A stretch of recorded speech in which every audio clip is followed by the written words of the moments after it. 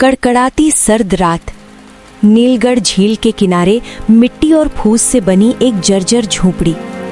दीवारों की दरारों से बर्फ जैसी हवा अंदर घुस रही है। एक फटी हुई पुरानी रजाई में मोहन और उसकी बेटी पिंकी सिमटे बैठे हैं। चूल्हा बुझा पड़ा है। अंधेरे में सिर्फ सांसों की आवाज सुनाई देती है। बाबा, आज चूल्हा भी नहीं चला। कल सुबह क्या खाएंगे? मुझे भूख से ज्यादा आपकी चिंता लग रही है। आज पूरा दिन गांव भर घूम लिया बिटिया। हर दरवाजे पर गया पर कहीं काम नहीं मिला। जेब भी खाली है और दिमाग जैसे सुन पड़ गया है। आप फिर कोशिश करना बाबा। आज नहीं तो कल कहीं ना कहीं तो काम मिल ही जाएगा। मैं हूं ना आपके साथ, सब संभाल लेंगे। जब तक ये बूढ़े हाथ चल रहे हैं तेरे सामने हार नहीं मानूंगा बेटी। ठंड भूख कुछ भी आ जाए पर तू मेरा साथ मत छोड़ना। सुबह की हल्की धुंध, ठंड अब भी हवा में तैर रही है। मोहन फटे जूते और झुकी हुई पीठ के साथ गांव की गलियों में एक एक दरवाजे पर पहुंचता है। काकी, जरा सुनिए, घर में हालात बहुत खराब हैं। कोई भी छोटा मोटा काम हो तो बता दीजिए। 2 वक्त की रोटी के बदले जो कहेंगी कर लूंगा। अरे तू वही है ना, झील किनारे रहने वाला मोहन, जो मछली और मांस खाता है? हाँ काकी, पर काम से क्या फर्क पड़ता है? भूख तो सबको लगती है, चाहे कोई कुछ भी खाता हो। हम शुद्ध घर के लोग हैं। तेरे जैसे आदमी से काम कराना हमारे धर्म के खिलाफ है। हमारा दरवाजा भी अपवित्र कर दिया तूने। जा यहाँ से दूर हट। मोहन बिना कुछ कहे धीरे से दरवाजे से हट जाता है। उसकी आंखों में गुस्सा नहीं, सिर्फ खालीपन है। लगता है यहाँ मेरे लिए ना काम है ना इंसान होने की जगह। गांव के बाहर फैले हरे भरे खेत। सुबह की धूप निकल आई है पर मोहन के चेहरे पर अब भी रात की ठंड जमी हुई है। वो आखिरी उम्मीद लेकर खेत की मेड़ पर खड़े किसान के पास जाता है। काका, अगर खेत में मजदूर की जरूरत हो तो मुझे रख लीजिए। जितनी मजदूरी ठीक समझे दे देना, बस 2 वक्त की रोटी मिल जाए। अरे तू वही है ना जो मछली मांस खाता है? हाँ काका, पर मेहनत में क्या शाकाहार क्या मांसाहार, मेरे हाथ काम के हैं। तेरे जैसे को खेत में घुसने दूं तो पूरी फसल अपवित्र हो जाएगी। हम शुद्ध लोग हैं। मांस खाने वालों को काम देना पाप समझते हैं। काका, पेट की आग सबकी एक जैसी होती है। मेरी बेटी भूखी है। अपनी बेटी का नाम लेकर मुझे पिघलाने मत आ। यहाँ से आगे बढ़, तेरे लिए यहाँ कुछ नहीं मिलेगा। मोहन धीरे धीरे पीछे हटता है।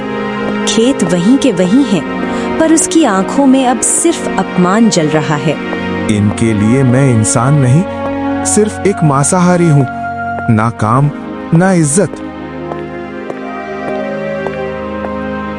शाम ढल चुकी है। गांव की सबसे बड़ी हवेली के बाहर मोहन कुछ पल रुकता है। यहाँ आने का मतलब वो अच्छी तरह जानता है, फिर भी पेट की आग उसे आगे बढ़ने पर मजबूर कर देती है। अरे मोहन, आज बड़े दिनों बाद दिखा। शक्ल से ही लग रहा है बहुत बुरे हालात चल रहे हैं। सेठ जी, घर में अनाज खत्म हो गया है, लकड़ी भी नहीं बची। अगर 200-300 रुपए उधार मिल जाएं तो मेहनत करके लौटा दूंगा। उधार? और वो भी मुझसे, ब्याज के बिना? सेठ जी, मैं ब्याज नहीं देता। ब्याज को गलत मानता हूँ। मूलधन आपका एक एक पैसा लौटा दूंगा। वाह रे मोहन, जेब में फूटी कौड़ी नहीं और बातें उसूलों की। बिना फायदे के पैसा दूं तो मेरा क्या फायदा? ये होगा सेठ जी कि एक मजबूर की जान बच जाएगी। आपकी तिजोरी से कुछ नहीं घटेगा पर मेरे घर का चूल्हा जल उठेगा। ठीक है, ब्याज नहीं लूंगा, पर एक शर्त है। कैसी शर्त सेठ जी? सीधी बात कहिए। 1 महीने में पैसा नहीं लौटा तो बदले में तेरी बेटी से मेरी शादी होगी। क्या सेठ जी, आप उसकी बाप की उम्र के हैं। लड़की कोई कर्ज की रसीद नहीं होती। मैं जबरदस्ती नहीं कर रहा, चाहे तो मना कर दे। भूख और ठंड से मर जाना तेरी मर्जी। मोहन के सामने 2 बुराइयां खड़ी हैं, आज की भूख और कल का डर। ठीक है, रुपए दे दीजिए। 1 महीना मेरी जान पर भारी रहेगा पर मैं पूरी ताकत से पैसा लौटाऊंगा। बस यही सुनना था। ये ले रुपए और ये कागज, तारीख लिखी है, 1 महीने बाद या पैसा या बेटी। मोहन कागज पर साइन करता है। हवेली से निकलते वक्त उसके हाथ में रुपए हैं, पर आत्मा पर भारी बोझ। रात उतर आई है। झोंपड़ी के भीतर चूल्हा जल रहा है। कई दिनों बाद रसोई से खाने की खुशबू उठ रही है, पर मोहन के चेहरे पर राहत नहीं, सिर्फ चिंता है। बाबा, आज तो ऐसा लग रहा है जैसे कोई त्योहार आ गया हो। अनाज भी है, आग भी जल रही है। सामान आ गया है बिटिया, पर इसकी कीमत मेरे सीने को दबा रही है। कीमत? आप क्या कहना चाहते हैं बाबा? मुझसे कुछ छुपाइए मत। मैं सेठ कालूराम के पास गया था। उसने पैसे तो दिए, पर शर्त रखी। कैसी शर्त? अगर 1 महीने में पैसा नहीं लौटा पाया तो तेरी शादी उसी से करनी होगी। तो मतलब आज हमने भूख से जान बचाई है और 1 महीने बाद मेरी बारी होगी। मुझे माफ कर दे बेटी, पेट की आग और ठंड ने मेरा मुंह बंद कर दिया। रोने से कुछ नहीं बदलेगा बाबा। अब हमें मजबूरी का जवाब मजबूती से देना होगा। पर रास्ता कहाँ है बिटिया? न गांव वाले काम देते हैं न खेत वाले।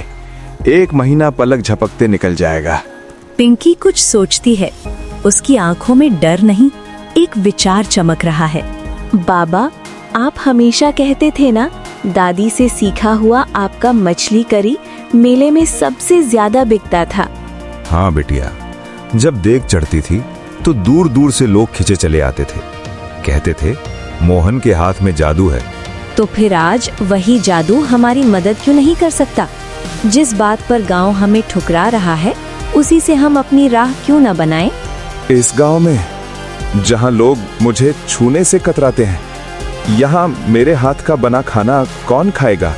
यहाँ नहीं बाबा, पास का सोनपुर बाजार याद है ना? वहाँ लोग स्वाद देखते हैं, जात पात नहीं। मछली खाने वाले हैं वहाँ। सोनपुर? हाँ, वहाँ तो मेले में खूब भीड़ रहती है। सेठ से मिले पैसों में से थोड़ा सा ठेला, बर्तन और शुरुआत का सामान ले लीजिए। अगर किस्मत ने साथ दिया तो कर्ज भी उतरेगा और मेरी जिंदगी भी बच जाएगी। तू छोटी है बिटिया, पर सोच बहुत बड़ी है। कर्ज में डूबने से अच्छा है उसी से मेहनत खड़ी कर ले। मोहन की आंखों में कई दिनों बाद उम्मीद की चमक लौटती है। ठीक है, कल सुबह ही सोनपुर चलेंगे। तेरे बाप के हाथ का स्वाद अब दुनिया परख कर देखेगी। इस बार बाबा हम हारने नहीं जा रहे। सुबह की हल्की ठंड। सोनपुर बाजार का चौराहा धीरे धीरे जाग रहा है। एक पुराना ठेला, उस पर चूल्हा और एक बड़ी देग। मोहन आग सुलगाता है, पिंकी बर्तन जमाती है। पता नहीं बिटिया, लोग आएंगे भी या नहीं। आएंगे बाबा, खुशबू झूठ नहीं मोलती। देग में मसाले पड़ते हैं, मछली सिमसिमाने लगती है, खुशबू ठंडी हवा के साथ चारों तरफ फैलने लगती है। आओ भैया, गर्मा गर्म मछली करी, ठंड में तन और पेट दोनों गर्म कर देगी। पहले कभी नहीं देखा तुझे यहाँ। कहाँ से आया है? पास के गांव से हूँ भाई। वहाँ मेरे लिए ना काम था ना इज्जत, सोचा यहाँ अपनी मेहनत आजमाऊं। अरे वाह, ये तो सच में कमाल है। मछली नरम, मसाला बिल्कुल सही। अगर ऐसा ही स्वाद है तो मेरे लिए भी 1 प्लेट। धीरे धीरे ठेले के सामने भीड़ जमने लगती है। बाबा, लोग आ रहे हैं। अगर स्वाद बना रहा ना बिटिया, तो सेठ का कर्ज भी उतरेगा और हमारी इज्जत भी लौट आएगी। दोपहर ढल रही है। सोनपुर बाजार की चहल पहल अब तेज हो चुकी है। मोहन के ठेले के पास अब भी कुछ लोग खड़े हैं। बेटा, तेरा ठेला आजकल बहुत चर्चा में है।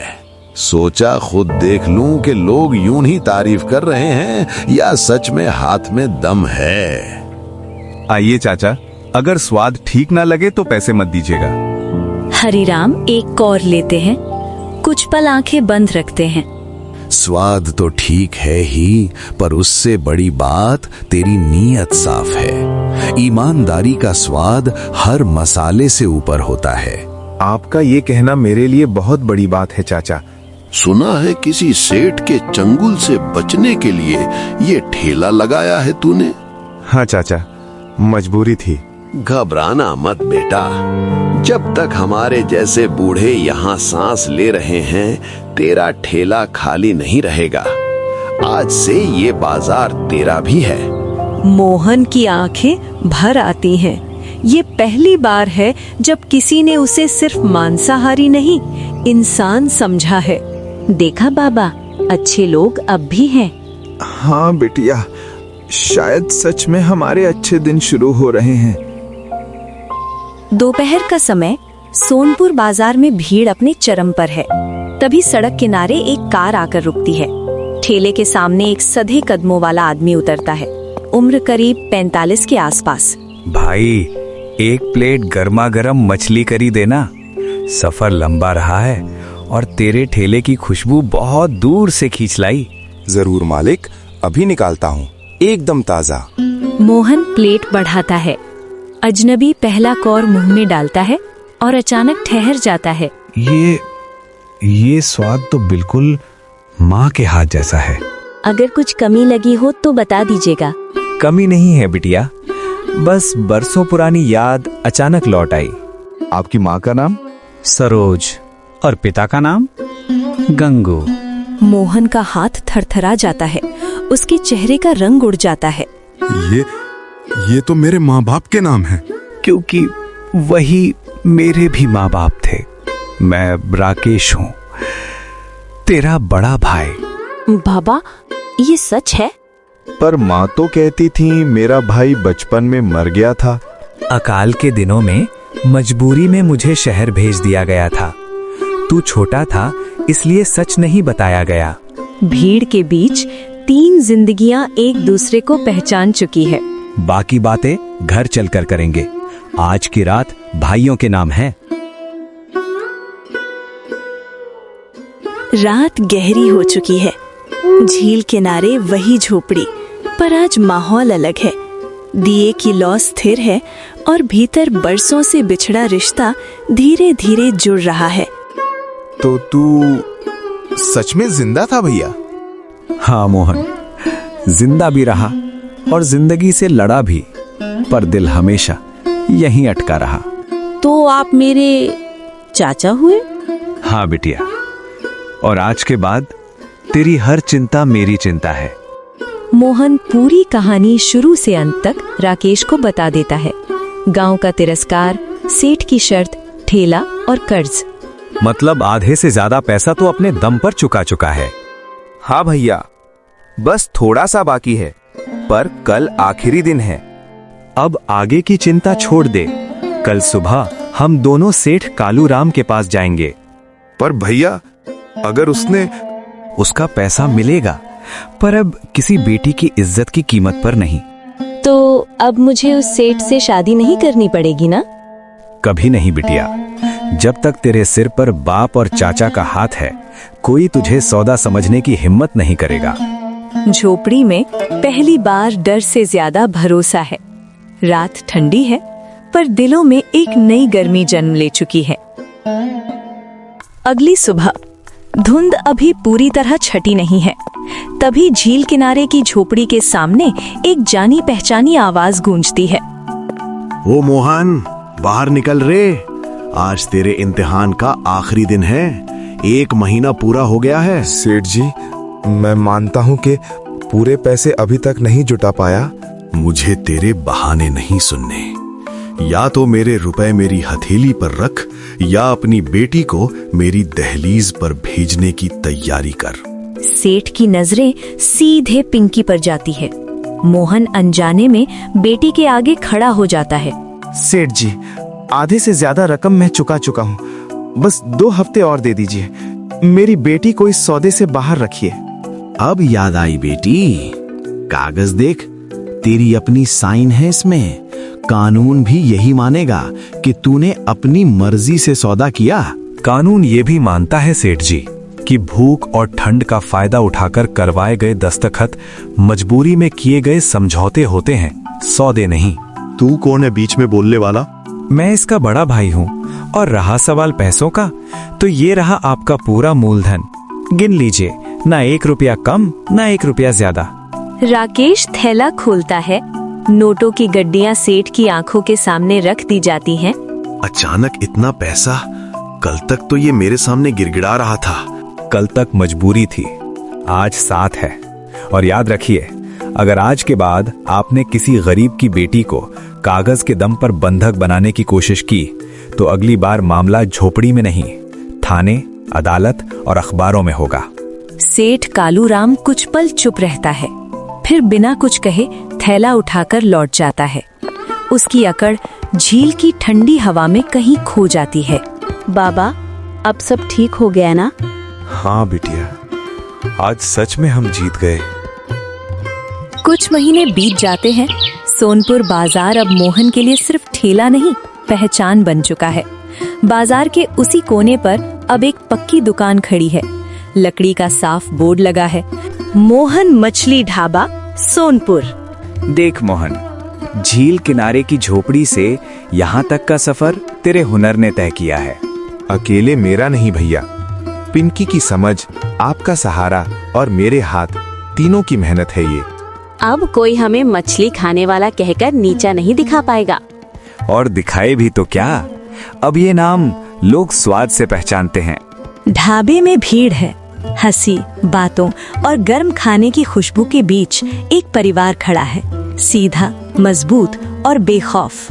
कभी सोचा भी नहीं था कि अपना नाम एक दिन यहाँ लिखा होगा।